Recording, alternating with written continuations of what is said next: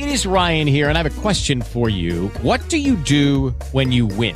Like, are you a fist pumper, a woohooer, a hand clapper, a high fiver? I kind of like the high five, but if you want to hone in on those winning moves, check out Chumba Casino. At ChumbaCasino.com, choose from hundreds of social casino-style games for your chance to redeem serious cash prizes. There are new game releases weekly, plus free daily bonuses. So don't wait. Start having the most fun ever at ChumbaCasino.com. No purchase necessary. VGW. Void where prohibited by law. See terms and conditions. 18+. Judy was boring. Hello. Then Judy discovered ChumbaCasino.com. It's my little escape. Now Judy's the life of the party. Oh, baby, mama's bringing home the bacon. Whoa, take it easy, Judy. The Chumba life is for everybody. So go to ChumbaCasino.com and play over 100 casino-style games. Join today and play for free for your chance to redeem some serious prizes.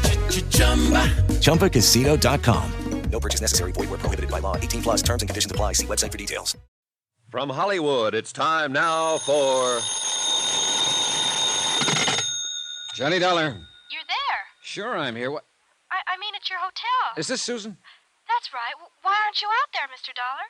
Out where? On the old Boulder cutoff. If I'm supposed to meet you there in 15 minutes, you're going to have Wait a minute. What the devil is this all about? Where'd you get any idea I was supposed to meet you? From your friend. What? Sure, he phoned here a few minutes ago. He said I should slip away from the ranch, take the station wagon, and meet you over on the old road right away. I just phoned your hotel on the off chance Wait. that... I don't imagine he gave his name. No, and I didn't recognize the voice. Susan, listen. Get away from there right away. Don't go near that road. Come straight here to my hotel. Do you understand? Yes, but why? What's it all about? Never mind. Just get here, and get here fast, while you're still alive.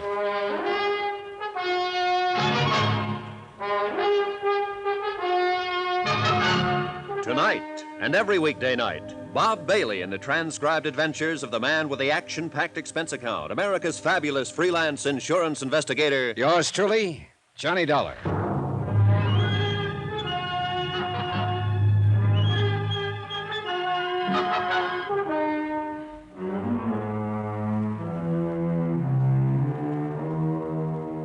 From Special Investigator Johnny Dollar, location Las Vegas, Nevada.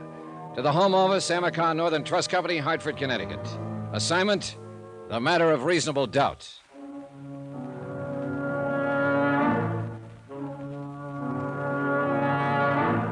It was only 9:30 p.m., less than 2 hours since I'd thrown my rock into the pool to stir up the fish.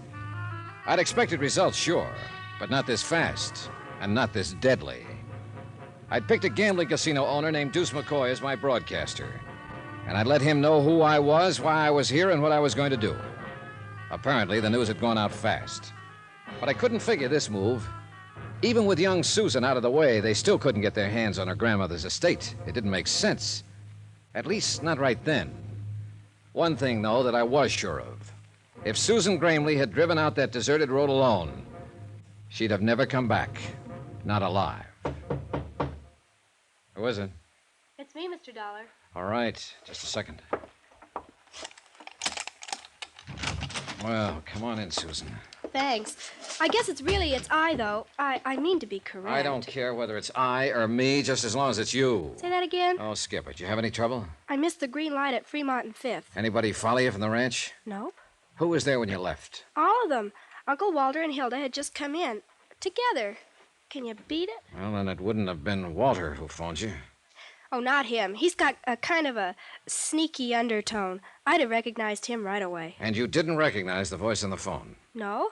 He didn't say much, just that he was a friend of yours, and you wanted me to meet you right away, so I said okay, and he hung up. I see. Well, maybe you do, but I don't. Oh, what did you mean when you said, get here while you're still alive? I wish I knew. Look, Susan, that phone call wasn't just a practical joke. Then you do know. I know somebody was trying to get you out on that desert alone tonight, and they weren't trying it just for laughs. You mean they... I mean the luckiest thing you ever did was to pick up that phone and call this hotel. But why, Mr. Dollar? Why would anybody want... That's what I don't know. I don't see what they'd hope to gain by it. They know the trust hasn't been set up yet. Your grandmother's still in control of the property, not you. Look, excuse my ignorance, but I don't think I know what you're talking about. Well, maybe it's time you did, since you seem to be right in the middle of it now. Look, Your grandmother decided to set up an insurance trust and convey all her holdings over to you. To me? Gran was going to do that. Jonas Parks at the Flint Rock Bank started proceedings, then got cold feet. He got the idea there was something screwy behind the whole thing. So he wired Hartford, and the trust company sent me out here to investigate. But Gran never said a word. She didn't even mention it. She was scared to death, afraid Walter and Hilda would find out and block her off, have her declared incompetent, get control of the estate, and leave you clear out in the cold. She thinks a lot of you, Susan. Gran's the most, isn't she? How did she seem when you left? Back on her feet? Oh, better than she's been in months. More relaxed. I guess she's counting on you, Mr. Dollar. Yeah, well, I wish I could be sure she could. Look, that phone call I got, if Uncle Walter and Hilda weren't behind it, then who was? Oh, I don't know. I'm pretty certain that by now they know who I am and why I'm here. And they know I'm out to get them. I dropped the word a couple of hours ago. I figured they'd react all right, but I didn't expect this move against you. But there has to be somebody else in on it, Mr. Dollar. Neither of them made the phone call. Yeah, I know. But nobody else even knew about the trust. Jonas Parks did, and Will Connors of the Weekly Tribune. But they've been friends of Gran's for years and years. They wouldn't do anything to harm her. I didn't say they would. And they couldn't have had anything to do with the accident that killed my parents. Nobody could have, except Hilda and Uncle Walter. Unless, of course, it was just an accident. Oh, you know better than that, Mr. Dollar. Oh, I'm beginning to wonder if I actually know very much about any of this. Susan, listen. How scared are you? Oh, I'm not scared at all. I'm just bewildered, I guess. Good. Then you won't be afraid to stay here alone for a while. Of course not. Sounds kind of grown up, in fact. Yeah, well, all right then. Don't leave the room. Keep the door locked and don't let anybody in. If someone should try, call the manager and have him call the police. Don't answer the phone unless it rings twice. That'll be me. Got it? Got it. Good. Hey, there are a couple of magazines there on the nightstand. Can I ask you what you're going to do, Mr. Dollar? Sure, you can ask. See you later, Susan. Stinker.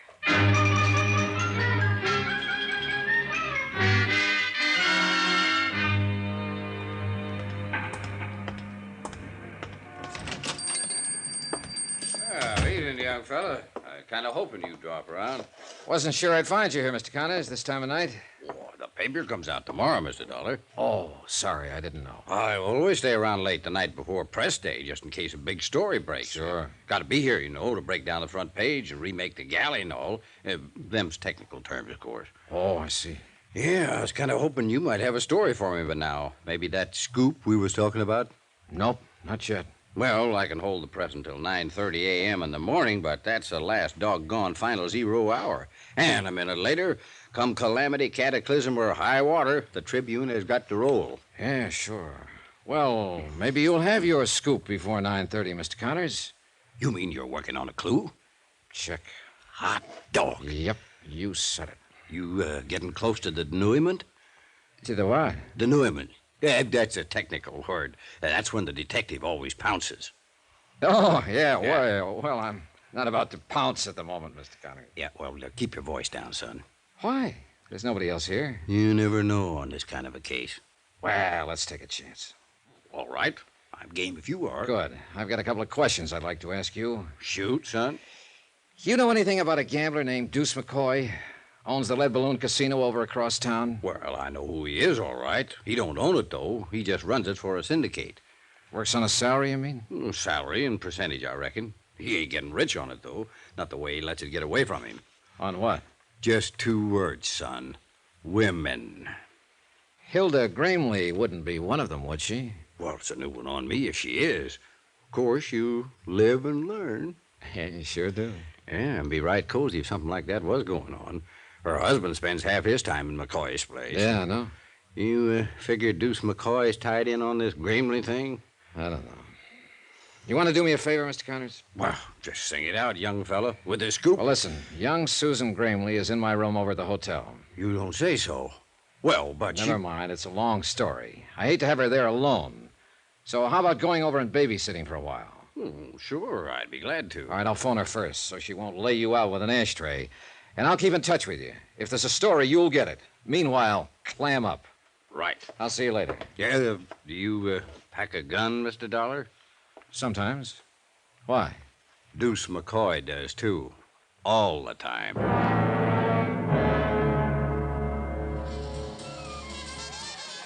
The evening was just starting in the lead balloon, with 2 crab tables already in action, 2 more standing by, and a roulette wheel warming up. No one paid any attention when I walked back through the casino to the office. I waited what I considered a reasonable length of time, then tried the knob. The door was unlocked. Go on, Buster. Beat it. The girl was alone in the office, sprawled back on the sofa, drink in her hand. And it was pretty obvious it wasn't her first one, nor her second or third. She'd have been a real knockout, sober. What's the matter? Don't you understand English? I said get out. Where's McCoy? What's it to you? Feeling no pain, huh? Oh, cut it, Buster. Must have been a pretty big pain, though, earlier, if it's taken this much to kill it. Go on and get out of here. What do you think you are to talk like that? Johnny Dollar, who are you? Get away from that desk. If Deuce finds you messing around in here, he'll kill you. Even if I told him I was a close friend of yours? You rat. I'll call one of the boys and get you thrown out of here. Oh, I wouldn't. Might make an awful scandal. And I don't think Deuce would want that. Not right at present. What are you talking about? Oh, come now. You're in it too, aren't you? No, you're not with the police. I know them all. You're FBI. Oh, what makes you say that? Look, if Deuce is in a jam, I don't know anything about it. What's your name? Nicky. Nicky Vernon. All right, Nicky, sit down and relax. Whoops. Now, where's Deuce McCoy? Think if I knew I'd be sitting here by myself, lushing it up? I suppose you were McCoy's girl before Hilda Gramley cut you out. Cut me out, nothing. That rotten little sneak's been asking for it, and I'm about ready to give it to her, Was she too. here this evening? You see any blood on the rug? Just let me catch that dirty Shut little... up, Nicky, and sit down, will you? Now, what about Walter Gramley? Was he here? Yeah, earlier. He was here in the office for about an hour. I don't know what they talked about. Deuce made me get out. And Deuce left right afterwards? Oh, half an hour or so. He had to wait to make a phone call first. I see. Well, if you're smart, you'll forget him, Nicky. I've got a hunch he's not coming back. It's her. He's gonna go off with that dirty... Knock it. He's going off because he's in a jam. That's one thing you were right about. And by now, he must know the whole thing is falling apart. I think he'll try to run for it. I ought to kill that dame. Why? Why don't you throw away that bottle and forget about him? He's no good, Nicky. You know that, don't you? Sure, I know it. Then why are you beating your heart out over him? You've never been a woman, have you, Mr. Dollar?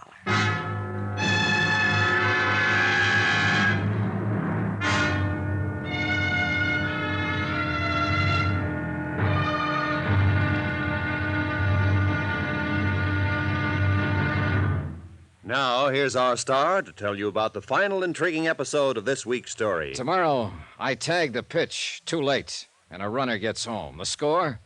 1-0. In favor of death. Join us, won't you? Yours truly, Johnny Dollar.